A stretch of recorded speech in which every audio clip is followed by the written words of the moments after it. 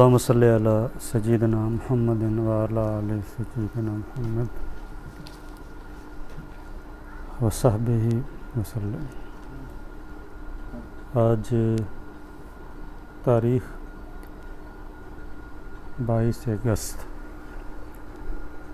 2021،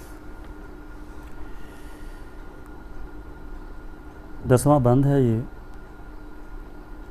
آدمیت احترام آدمی، باخبر شو از مقام آدمی۔ شاباش۔ آدمی از ربط و ضبط تن بتن، تن بتن بر طریق دوستی گام بزن۔ بندہ عشق از خدا گیرد طریق،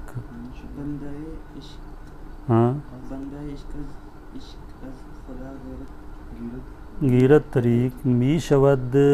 بر کافر و مومن شفیق۔ چلو، کفر و دین را گیر در پہنائے دل، دل اگر بگریزد از دل وائے دل۔ گرچہ دل زندانی آب و گل است، این ہما آفاق دل است۔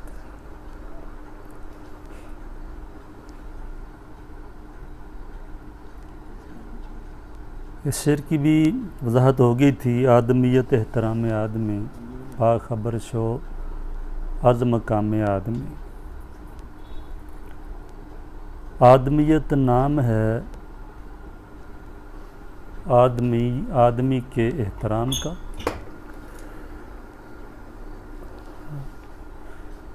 آدمیت یہ ہے کہ انسان آدمی کا احترام کرے۔ جب آدمی کا احترام کریں گے تو وہ دلیل ہوگی کہ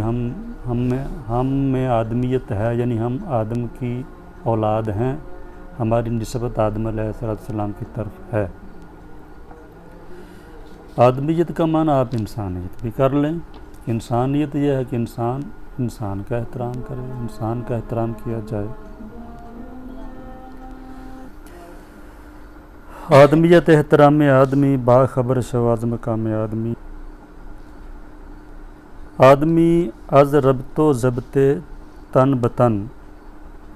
بر طریق دوستی گام بزن۔ آدمی ہے تن کے ساتھ ربط و ضبط کی وجہ سے یا کے ساتھ۔ آدمی ہے، آدمی اس وقت آدمی بنتا ہے یا اس وقت تک آدمی ہے کہ ایک انسان دوسرے انسان کے ساتھ ربط و ضبط رکھے، رابطے میں رہے۔ دوسرے لفظوں میں ہم جسے کہتے ہیں کہ انسان ایک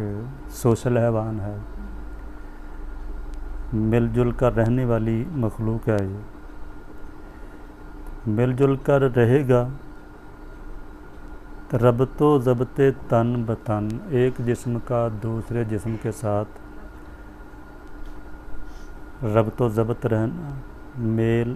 جول رہنا، میل ملاپ رہنا، یہ آدمیت ہے۔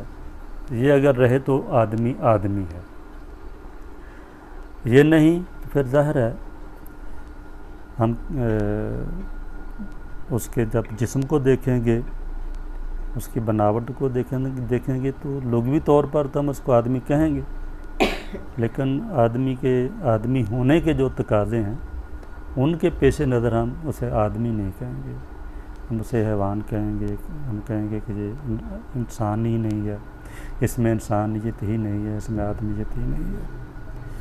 تو آدمی نام ہے اس چیز کا کہ تن کے ساتھ تن ربط و ضبط میں رہے، میل جول کے ساتھ رہے۔ بر طریق دوستی گام بزن، گام کہتے ہیں قدم کو، زن بزن بے جو ہے عام طور پر امر کے ساتھ لگا دی جاتی ہے۔ دوستی کے راستے میں پاؤں رکھو، دوستی کے راستے میں چلو، وہ راستہ اختیار کرو جس میں ایک انسان دوسرے انسان کا دوست بنے، جس راستے میں چل کر ایک انسان دوسرے کے ساتھ میل جول رکھتا ہے، جس راستے میں چل کر ایک انسان دوسرے انسان کے ساتھ تعلقات رکھتا ہے، تعلقات قائم رکھتا ہے، تو وہ راستہ اختیار کرو جس راستے میں چل کر انسان دوسرے انسان کے ساتھ میل جول رکھتا ہے، دوستی رکھتا ہے جس راستے میں چل کر ایک انسان دوسرے انسان کا دوست بن جاتا ہے۔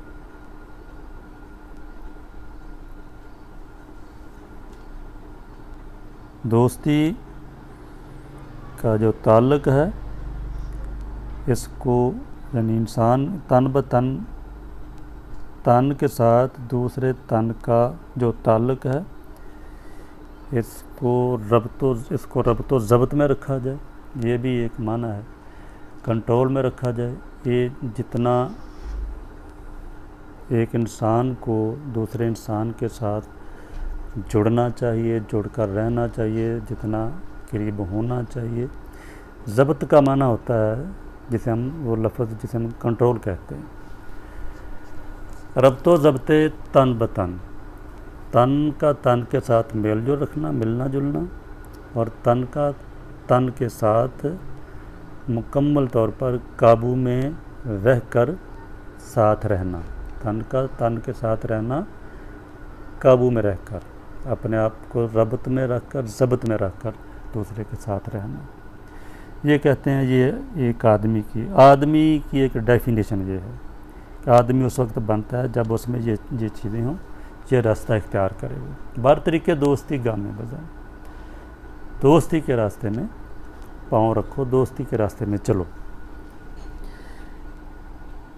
بندہ عشق از خدا گیرد طریق، میشود بر کافر و مومن شفیق۔ لفظی ترجمہ یہ ہے بندہ عشق کا بندہ یعنی وہ انسان جو اللہ تعالیٰ کا عاشق ہے، اللہ کریم کے ساتھ عشق رکھنے والا بندہ اپنا راستہ چنتا ہے، اختیار کرتا ہے، لیتا ہے از خدا سے۔ عشق کا بندہ راستہ لیتا ہے کس سے؟ خدا سے۔ وہ اس راستے پر چلتا ہے جو خدا کا راستہ ہے۔ از خدا گیرد طریق، حاصل کرتا ہے راستہ اپنا خدا سے۔ میشود بر کافر و مومن شفیق، ہو جاتا ہے کافر پر اور مومن پر شفقت رکھنے والا، یہ لفظی ترجمہ ہے۔ کافر کے لیے اور مومن کے لیے یکساں طور پر وہ شفیق بن جاتا ہے۔ اس کی تھوڑی سی وضاحت کرتے ہیں ہم کہ جو آدمی عشق اختیار کر لیتا ہے، جو اللہ تعالیٰ کی محبت میں محو ہو جاتا ہے، اللہ کریم کے ساتھ جس کا تعلق جڑ جاتا ہے، اس آدمی کی کیفیت یہ ہو جاتی ہے کہ وہ شفیق، ایک تو یہ ہے کہ وہ شفیق بن جاتا ہے، اس میں شفقت کا مادہ غالب آ جاتا ہے۔ ظلم، جبر، سختی، تشدد، یہ چیزیں اس کی زندگی سے نکل جاتی ہیں ایک بار۔ پھر یہ نہیں کہ وہ اس کی شفقت کا جو جذبہ ہے وہ ایک کسی خاص مسئلے کے لیے، خاص مذہب کے لیے ہوتا ہے، کسی خاص قسم کی قوم کے لیے ابھرتے ہیں جذبات اس کے، کہتے ہیں کہ وہ کافر اور مومن دونوں پر شفیق ہو جاتا ہے۔ اب سوال یہ ہے کہ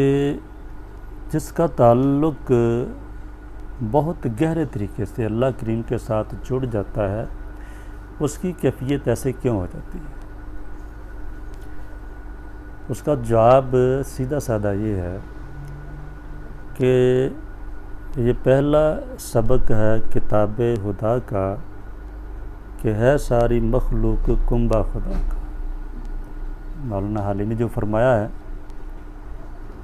کہ کتاب خدا کا، قرآن کریم کا جو پہلا سبق ہے وہ یہ ہے کہ ساری مخلوق اللہ تعالیٰ کا کنبہ ہے۔ وہ کہاں ہے؟ پہلا سبق کہاں ہے؟ الحمدللہ رب العالمین۔ رب کہتے ہیں پروردگار کو، خیال رکھنے والے کو، پالنے والے کو، دینے والے کو، سسٹینر کو، جو آپ کو پالتا ہے، قائم رکھتا ہے، رزق دیتا ہے، پرورش کرتا ہے تمہاری، تو وہ تو رب العالمین ہے۔ صرف یہ زمین کے جو باسی ہیں، ان میں جتنی بھی تقسیمات ہیں، مذہبوں کی، ملتوں کی، قوموں کی جو تقسیمات ہیں، صرف یہی نہیں، وہ اس کے علاوہ بھی جتنی بھی کائناتیں ہیں وہ سب کا پروردگار ہے۔ تو وہ جب سب کا پروردگار ہے، اس کی شفقت، اس کی رحمت بغیر کسی تفریق کے سب پر اترتی ہے، سب کے لیے ہے، تو پھر جو بندہ اللہ کا بندہ بن جاتا ہے وہ کیسا ہوگا؟ وہ بھی اسی طرح کا ہو جائے گا، اس کی شفقت بھی سب کے لیے برابر ہو جائے گی۔ پھر اللہ تعالیٰ کی جتنی بھی اس کی مخلوقات میں اس کی جو فطری ایسی چیزیں ہیں جو فطری طور پر اس کی مخلوق کے لیے مفید ہیں، وہ بھی کسی میں فرق نہیں کرتی۔ اس کا سورج فائدہ دیتا ہے، گرمی پہنچاتا ہے، روشنی دیتا ہے، تو وہ جب چمکتا ہے وہ فرق نہیں کرتا، اس کی روشنی فرق نہیں کرتی کہ میری روشنی کے میرے تحت آنے والا جو آدمی ہے یہ کافر ہے یا مسلمان ہے یا مومن ہے، کس قوم کا ہے۔ سورج کی گرمی اور اس کی روشنی اللہ تعالیٰ کی تمام مخلوق کو یکساں طور پر پہنچتی ہے، اور جو بھی اس سے فائدہ اٹھانا چاہے گا وہ کبھی نہیں دیکھے گا سورج کہ یہ مسلمان ہے یا کافر ہے یا مومن ہے یا کس قوم کے ساتھ تعلق رکھتا ہے، وہ کبھی نہیں دیکھے گا، وہ سب کے لیے برابر ہے۔ اسی طرح چاند کی چاندنی ہے، اسی طرح ستاروں کی روشنی ہے، اسی طرح اس کے بادل ہیں، بارش ہے، جب بارش برستی ہے تو بارش جب برستی ہے تو بادل اس وقت جب برساتا ہے، بادل اس سے پانی نیچے اترتا ہے، بارش آتی ہے، تو اس وقت بادل یہ تو نہیں دیکھتا کہ میں جس کھیتی پر برس رہا ہوں یہ کھیتی کسی کافر کی ہے یا مسلمان کی ہے، اللہ تعالیٰ کے منکر کی ہے یا اللہ تعالیٰ کو ماننے والے کی ہے، وہ سب پر ایک ہی طریقے سے یکساں طور پر برستا ہے، سب کو مستفید کرتا ہے۔ تو جتنی بھی ایسی اللہ تعالیٰ کی ایسی چیزیں ہیں فطری طور پر جو بائی نیچر انسانیت کے لیے مفید ہیں، تو وہ انسانیت کے لیے مفید ہیں، کوئی کسی تقسیم کے تحت وہ مفید نہیں ہے۔ یہ نہیں ہے وہ تقسیم نہیں کرتی کہ اس کو ہم فائدہ دیں گے اور اس کو نہیں دیں گے، یہ مانے گا اللہ تعالیٰ کو تو پھر ہم اس پر برسیں گے۔ بادل نہیں یہ کہتا، سورج بھی یہ نہیں کہتا ہے، چاند بھی یہ نہیں کہتا ہے، ہوا جس کے ذریعے ہم زندہ ہیں، جس سانس لیتے ہیں، ہوا بھی فرق نہیں کرتی ہے کہ وہ جس کے پھیپھڑے میں داخل ہو رہی ہے وہ مسلمان ہے یا کافر ہے یا اللہ کو مانتا ہے یا نہیں مانتا ہے۔ کیسے فرمایا ہے اقبال نے بال جبریل میں، ہجوم کیوں ہے زیادہ شراب خانے میں، فقط یہ بات کہ مرد حق ہے، یہ مجھے مرد حق ہے مرد خلیق، پیر مگاں ہے مرد خلیق۔ ہجوم کیوں ہے زیادہ شراب خانے میں؟ فقط یہ بات کہ پیر مگاں ہے مرد خلیق۔ شراب خانے میں اللہ تعالیٰ کا جو بندہ ہوتا ہے اس کے آستانوں میں، اس کے آستانے پر اس لوگ اکٹھے کیوں ہوتے ہیں؟ ہر طرح کا آدمی وہاں کیوں چلا جاتا ہے؟ وہاں گناہ گار میں یا بے گناہ میں، نیک میں یا برے میں کوئی فرق نہیں رکھا جاتا ہے۔ ہر آدمی بغیر کسی تردد کے، بغیر کسی ہچکچاہٹ کے اللہ کے بندے کے پاس پہنچ جاتا ہے۔ تو وہاں ہجوم رہتا ہے۔ کہتے ہیں کہ وہاں ہجوم کیوں رہتا ہے؟ صرف اتنی سی بات ہے کہ پیر مگاں ہے مرد خلیق۔ پیر مگاں ہے جو شراب خانے کا جو مالک ہے، جو عالم ہے، جو اللہ کا بندہ ہے، جو اللہ تعالیٰ کی طرف سے دیا ہوا علم اور معرفت بانٹ رہا ہے لوگوں میں، وہ مرد خلیق ہے، وہ اخلاق، بڑے اچھے اخلاق کا مالک ہے۔ اس لیے بلا امتیاز لوگ، بلا امتیاز رنگ و نسل لوگ اس کے ہاں چلے آتے ہیں، کھینچے چلے آتے ہیں، اور وہ سب کو یکساں طور پر نوازتا ہے۔ اب سوال یہ ہے کہ اگر ایسی بات ہے کہ اللہ کا بندہ جو ہو اسے ایسے ہی ہونا چاہیے کہ اس کی شفقت کے جذبات سب کے لیے برابر ہونے چاہیے، وہ کافر اور مسلمان میں فرق نہ کرے، اسے فرق نہیں کرنا چاہیے، تو پھر یہ زندگی کی جتنی بھی ہماری کوششیں ہیں اسلام کو غالب کرنے کی، کفر کو مٹانے کی، کافروں کے ساتھ لڑنے کی، قرآن کریم نے جو بار بار جو حکم دیا ہے کہ کافروں سے لڑو، کفر کو ختم کرو، جو اللہ تعالیٰ کے منکر ہیں ان کے ساتھ جہاد کرو، پھر یہ کیوں؟ اس کا کیا ہوگا پھر؟ اگر اللہ کا بندہ جو ہے جب اللہ تعالیٰ کے عشق میں اس طرح سرشار ہو جائے کہ وہ اللہ تعالیٰ کے سوا کسی کو جانے ہی نہ، تو وہ اللہ کے بندوں پر شفیق ہو جاتا ہے، تو خواہ وہ کافر ہوں خواہ وہ مومن ہوں، تو پھر جو جہاد کا حکم ہے، کافروں کے ساتھ لڑنے کا، کفر کو مٹانے کا، اس کا کیا بنے گا پھر؟ سوال سمجھ میں آ گیا ہے؟ ٹھیک ہے، پھر ہم جہاد کیوں کریں گے؟ کافروں کو کیوں؟ تو اس کا جواب اس طرح ہے کہ جو کفر ہوتا ہے نا، دو طرح کا، بنیادی طور پر دو طرح کا ہوتا ہے۔ ایک وہ اصطلاح میں کہتے ہیں کفر مخرج من الملہ، یا اس کو دوسرے لفظوں میں کہتے ہیں کفر اکبر، اور دوسرا ہوتا ہے کفر غیر مخرج من الملہ، اس کو کہتے ہیں کفر اصغر۔ کفر اکبر اور کفر اصغر، پھر جو کفر اصغر ہوتا ہے جو ملت سے نکال دیتا ہے، یا جو اس کا اعتقاد رکھے گا وہ یا تو اسلام کی ملت میں آئے گا نہیں، ملت اسلامیہ میں داخل ہوگا ہی نہیں، یا اگر ہے اس میں داخل ہے پہلے لیکن اس کفر کا ارتکاب کرتا ہے تو وہ اس سے نکل جائے گا۔ یہ جو ہے نا جسے ہم کفر اکبر کہتے ہیں، اور کفر مخرج من الملہ جسے کہتے ہیں، اس کی آگے پھر تقسیم کرتے ہیں، کہتے ہیں اس کی 5-6 قسمیں ہیں۔ کفر تکذیب ہوتا ہے، یہ کفر اناد ہوتا ہے،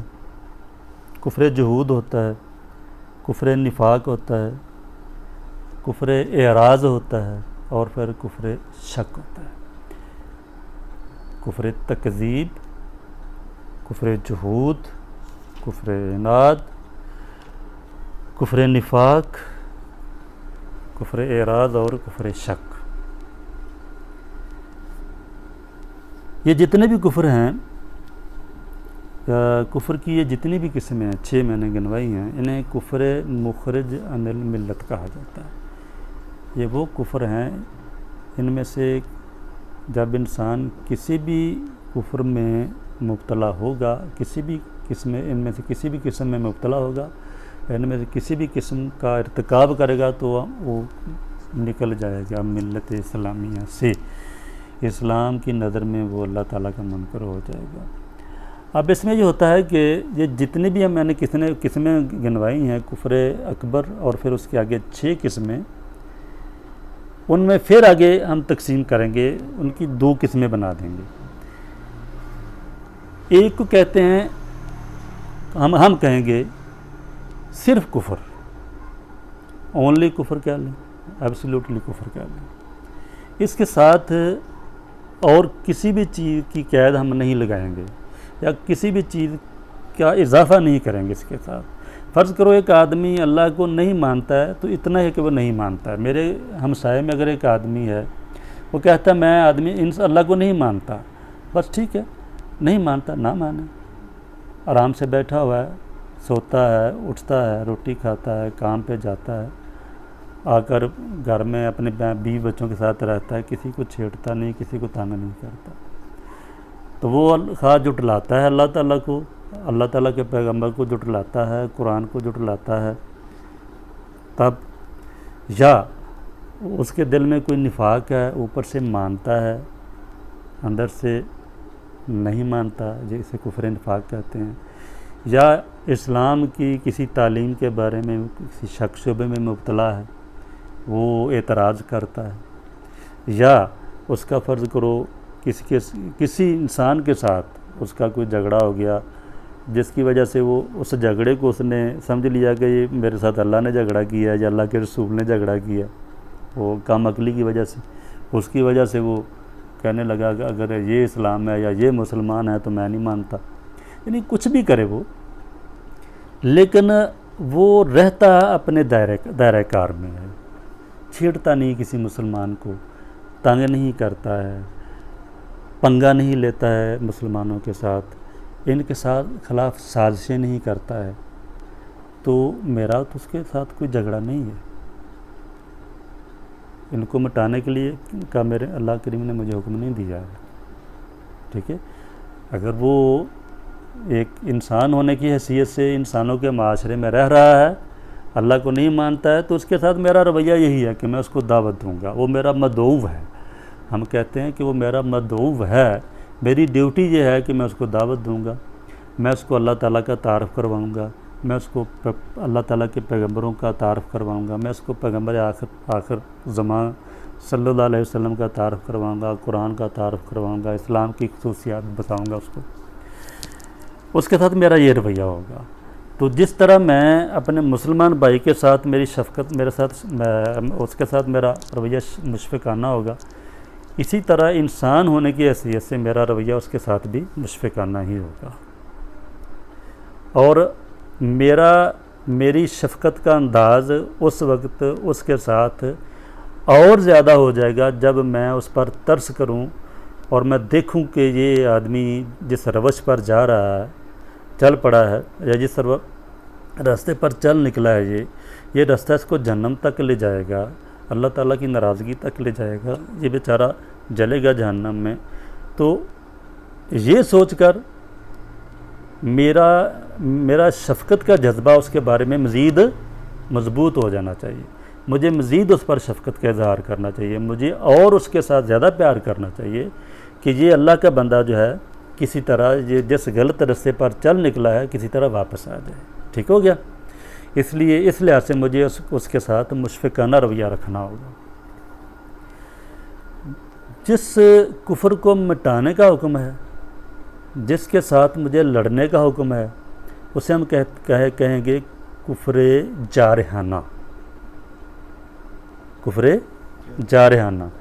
کفر جارحانہ کا مطلب یہ ہے کہ ایک آدمی اللہ کو تو نہیں مانتا، اللہ کے رسول کو نہیں مانتا، دین کو نہیں مانتا، لیکن وہ لڑتا ہے مسلمانوں کے ساتھ، ٹھیک ہے، مسلمانوں کے راستے کی رکاوٹ بنتا ہے،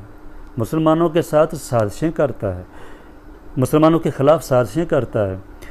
پھر مسلمانوں کا جو ملک ہے اس کی غداری اس کی جاسوسی کرتا ہے، غداری کرتا ہے، ٹھیک ہے، مسلمانوں کے راز دوسروں تک پہنچاتا ہے، وہ رہتا میرے معاشرے میں ہے، مسلم معاشرے میں رہ کر سارے حقوق مسلمانوں والے وہ لیتا ہے، یعنی جو حقوق ملک کے ہیں، کنٹری کے جو حقوق ہیں وہ لیتا ہے، جتنی بھی سہولیات ہیں وہ حاصل کرتا ہے، لیکن اس کے باوجود وہ جارحانہ انداز رکھتا ہے، لڑتا ہے سب کے ساتھ، دھمکیاں دیتا ہے، اسلام کو مٹانے کی باتیں کرتا ہے، مسلمانوں کو مٹانے کی باتیں کرتا ہے، سازشیں کرتا ہے ملک کے ساتھ، جس ملک میں رہتا ہے اس ملک کے ساتھ سازشیں کرتا ہے، غداری کرتا ہے، اس کی اسلامی نظام کی جاسوسی کرتا ہے۔ تو یہ جتنی بھی میں نے وضاحت کرنے کی کوشش کی ہے، قرآن کریم نے اس کے لیے ایک لفظ فرما دیا ہے، قاتل الذین یقاتلونکم، یقاتلونکم اذن للذین یقاتلون،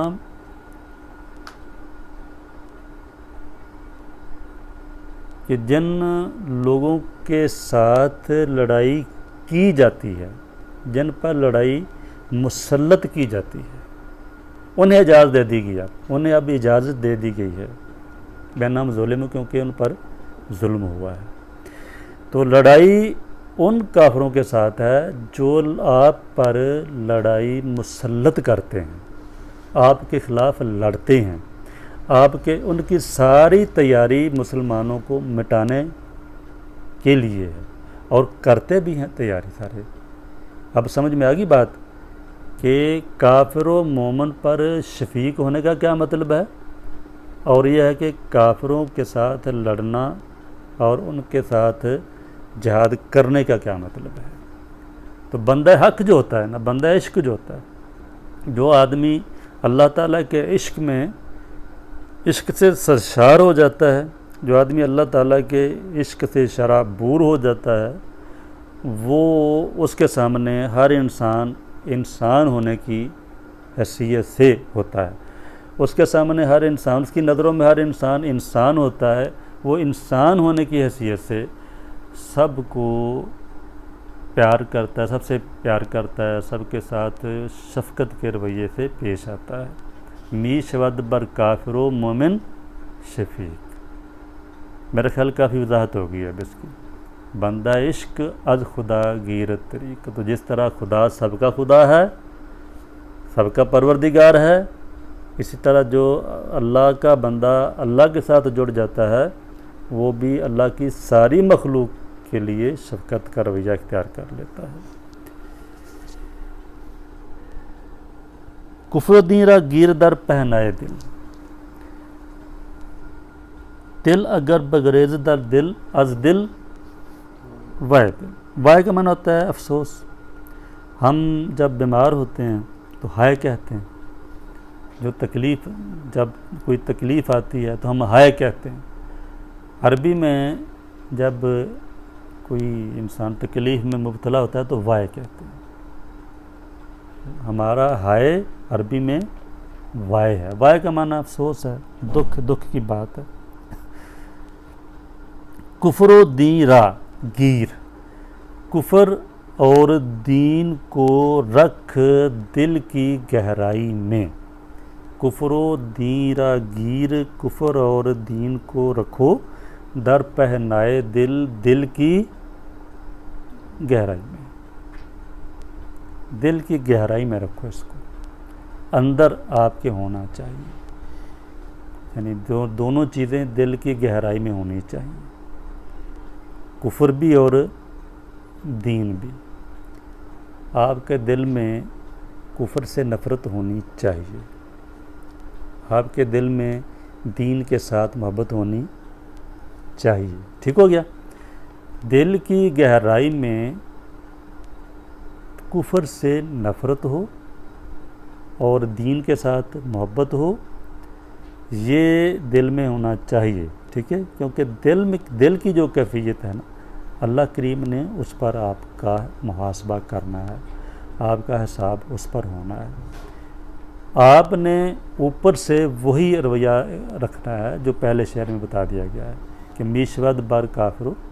مومن شفیق، دل کا کفر اور دین کو رکھو در پہنائے دل دل کی گہرائی میں، لیکن دل جو ہے آپ کا دوسرے دل کے ساتھ جڑا رہنا چاہیے، اس کو رکھو، دونوں میں فرق لازمی رکھو، لیکن دل میں جو بظاہر جو ہے، جو آپ کا رویہ ہے معاشرتی رویہ، اسی طرح کا ہونا چاہیے کہ آپ کا دل دوسرے دل سے بھاگنا نہیں چاہیے، دل سے دوسرے کے ساتھ دور نہیں، آپ کو نہیں رہنا چاہیے، ربط و ضبط تن بھی ہونا چاہیے، اور دل دوسرے دل سے دور نہیں ہونا چاہیے، بھاگنا نہیں چاہیے۔ دل اگر دل سے بھاگے، دل اگر بگریزد از دل اگر دل سے بھاگتا رہے، ایک دل اگر دوسرے دل سے بھاگتا رہے یا بھاگتا رہتا ہے تو پھر وائے دل، تو پھر افسوس ہے ایسے دل پر، وائے دل افسوس، وائے ہے یہ دل، اس دل پر افسوس ہے، ایسا دل افسوس کے لائق ہے۔ تو محبت کا جو ایک جذبہ ہے دل میں پیدا ہوتا ہے، محبت بھی دل میں ہوتی ہے، نفرت بھی دل میں ہوتی ہے، تو اس کا اظہار بھی ہوتا ہے۔ اقبال کہتے ہیں کہ نفرت بھی دل میں رکھو، محبت بھی دل میں رکھو، ٹھیک ہے، لیکن بظاہر جو ہے آپ کا جذبہ، آپ کے جو آپ کا عمل ہے، وہ انسان ہونے کی حیثیت سے انسانوں کے ساتھ ایک ہی طرح کا ہونا چاہیے، مشفقانہ ہی ہونا چاہیے، اس میں تفریق نہیں ہونی چاہیے۔ کفر اور دین کو دل کی گہرائیوں میں رکھو، دل اگر دل سے بھاگتا پھرے تو وہ دل قابل افسوس ہے۔ گرچہ دل زندانی آب و گل است، ای ہما آفاق دل است۔ زندانی کا معنی قیدی، آب و گل دنیا، پانی اور مٹی، گل مٹی، تو یہ دنیا اب کہتے ہیں مٹی پانی کا کھیل ہے یا پانی مٹی کا کھیل ہے، یہ سارا جیسے دل جو ہے اگرچہ قید ہے اس دنیا میں، اگرچہ اس دنیا کا قیدی ہے، بازار تو قیدی ہے نا، ہمارا جسم پانی اور مٹی سے بنا ہے، جس کے جو سرکردہ اجزاء ہیں اس کے، وہ پانی اور مٹی ہے۔ ہمارا دل کا جو ٹکڑا ہے، دل کا ٹکڑا جسے ہم گوشت کے ٹکڑے والا دل کہتے ہیں، وہ بھی اسی پانی اور مٹی کے قید خانے میں قید ہے۔ اور ویسے بھی ہمارے جو دل کی جو جذبات ہیں جسے روحانی دل کہا جاتا ہے، تو وہ بھی بظاہر اسی دنیا میں قید ہے، اسی دنیا کی آب و ہوا میں رہتا ہے۔ تو کہتے ہیں دل اگرچہ بظاہر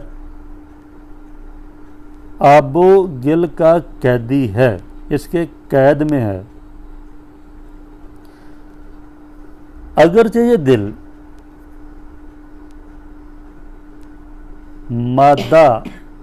مادے کی اس دنیا کا قیدی ہے، ٹھیک ہے، یہ دل اگرچہ قیدی ہے اس دنیا کا جو مادے سے بنی ہے، اگرچہ مادی دنیا کا قیدی ہے یہ ہمارا دل، لیکن اگر اس دل کا دوسرا پہلو دیکھا جائے جو مادی پہلو نہیں ہے، جو گوشت کا ٹکڑا نہیں ہے، تو پھر جتنے بھی یہ آفاق ہیں یہ سارے کے سارے دل کے ہی ہیں۔ کیا مطلب ہے اس کا؟ یہ ایک دفعہ شاید پہلے بھی اس طرح کا شعر آیا تھا، اقبال کو مرشد نے فرمایا تھا، تو ہمیں گوئی مرا دل نیز ہست، تو وہ یہ کہتا ہے کہ دل تو میرے پاس ہے، میرے پاس دل ہے، دل فراز عرش آمد نا نہ بپست، نہ دپست، یہ ہمیشہ مجھے لفظ آگے پیچھے ہو جاتا ہے۔ دل فراز عرش آمد، تو دل جو ہے یہ تو عرش کی بلندی کا نام ہے، اس پستی کا نام تو دل نہیں ہے، جیسے گوشت کے ٹکڑے کا نام تو دل نہیں ہے۔ کہتے ہیں اگرچہ بظاہر دل جو ہے، اگرچہ بظاہر اس مادی دنیا میں قید ہے، لیکن جو اس کی روحانی حالت ہے، اس کا جو دوسرا پہلو ہے جسے دل کہا جاتا ہے، وہ ساری دنیا، ساری کائنات میں پھیلا ہوا ہے۔ یہ ہما آفاق آفاق دل است، جتنے بھی یہ آفاق آپ کو نظر آ رہے ہیں، جہاں تک آپ کی نظر جاتی ہے، دل اتنا وسیع ہے کہ وہ سب تک پھیلا ہوا ہے۔ یہ ساری کائنات جتنی بھی ہے یہ دل کی کائنات ہے، سارے آفاق دل کے آفاق ہیں۔ سکیڑو گے اس کو تو یہ اس مادی دنیا کا قیدی ہے، پھیلاؤ گے اس کو تو پھر یہ پوری کائنات پر پورا آ جاتا ہے، پوری کائنات جتنی وسعت اختیار کر جاتا ہے۔ دل فراز عرش آمد، ناز پست، دل عرش کی بلندی کا نام ہے۔ تو یہ جتنے بھی ہمارے حواس ہیں نا، جتنی بھی دل ہے، عقل ہے، روح ہے، نفس ہے، ان سب کے دو پہلو ہیں، دو شکلیں یا صورتیں ہیں۔ ایک ان کی مادی شکل ہے، وہ جو ہمیں محسوس ہوتی ہے، جو ہم محسوس کرتے ہیں، یا ایک ان کا مادی معنی ہے، کسی عقل کی تو مادی شکل نہیں ہے، عقل کا ایک مادی معنی ہے، روح کا ایک مادی معنی ہے، اور اس کا دوسرا معنی یا اس کی دوسری شکل وہ ہے جسے ہم اس کی روحانی شکل کہتے ہیں۔ وہ جو دوسرا پہلو ہے، دوسرا معنی ہے، اس کی وسعتوں کی کوئی حد نہیں ہے، اس کا پھیلاؤ ساری کائنات میں ہے۔ اگرچہ دل مادی دنیا کا قیدی ہے، لیکن یہی دل جو ہے یہ ساری کائنات میں پھیلا ہوا، این ہما آفاق آفاقی دل است، جتنے بھی آفاق ہیں، جتنی بھی کائناتیں ہیں، یہ دل کی کائناتیں ہیں۔ وآخر دعوانا الحمدللہ رب العالمین۔ اللہم صلی علی سیدنا محمد وعلی آل سیدنا محمد وآلہ وصحبہ اجمعین، آمین یا رب العالمین۔